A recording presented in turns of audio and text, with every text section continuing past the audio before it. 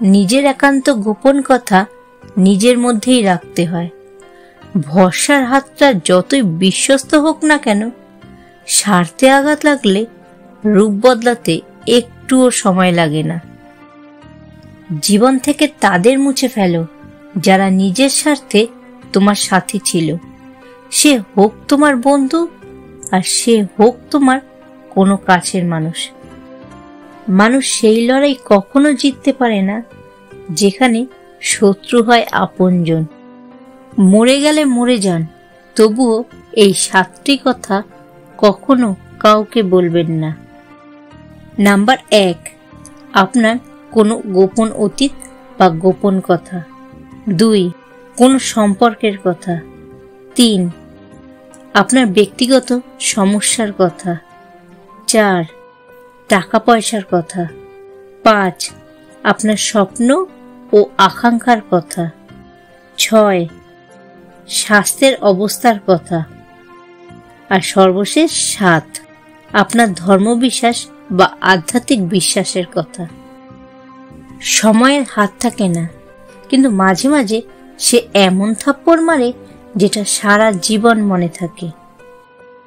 আপনাকে যদি কোনো অসৎ ব্যক্তি এবং সাপের মধ্যে একটিকে বেছে নিতে বলা হয়, তবে আপনি সাপটিকে বেছে নিন, কারণ সাপটি আপনাকে কেবল আত্মরক্ষাতে দংশন করবে, কিন্তু দুষ্টু ব্যক্তি যে কোনো সময় আপনাকে দংশন করবে।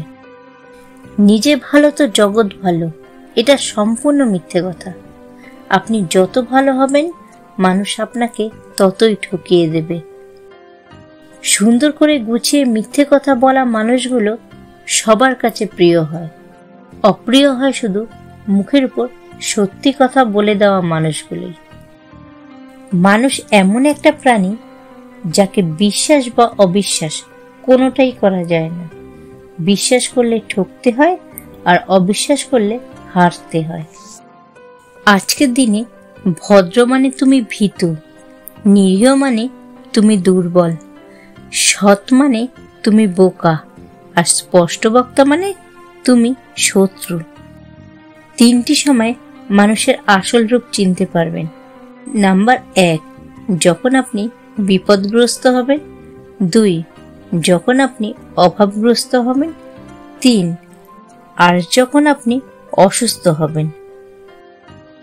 কষ্ট কখনো কমে না, শুধু সহ্য করার ক্ষমতাটা বেড়ে যায়। মানুষের মধ্যে সর্বাপেক্ষা নিকৃষ্ট হলো দ্বিমুখী ব্যক্তি। তারা এদের কাছে বলে এক কথা আর ওদের কাছে বলে আর এক কথা। স্বার্থপর মানুষকে তুমি বোঝাতে পারবে না যে তারা স্বার্থপর, উল্টে তারা তোমাকে প্রমাণ করে ছাড়বে যে তুমি স্বার্থপর। তুমি সফল হলে তোমার ছেঁড়া জামাটাও ইতিহাস, আর তুমি ব্যর্থ হলে তোমার স্যুট পরাটা হলো উপহাস। পাড়াপড়শিকে চেনা যায় তাদের চাল চলন আর স্বভাবে, আর কাছের মানুষকে চেনা যায় বিপদে আর অভাবে। মানসিক চাপ দেওয়া মানুষগুলো হত্যাকারীর থেকেও বেশি ভয়ঙ্কর হয়, কারণ এরা তোমাকে জীবন্ত লাশ বানিয়ে দেবে। মানুষ যখন কারোর প্রশংসা করে তখন খুব কম লোকই আছে তা বিশ্বাস করে, কিন্তু যখন কিনা কারোর বদনাম করে তখন প্রায় সবাই তা বিশ্বাস করে।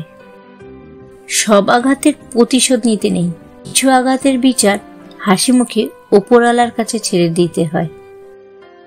মৃত্যু জিজ্ঞাসা করলো জীবনকে, কেন সবাই তোমাকে ভালোবাসে আর আমাকে ঘৃণা করে?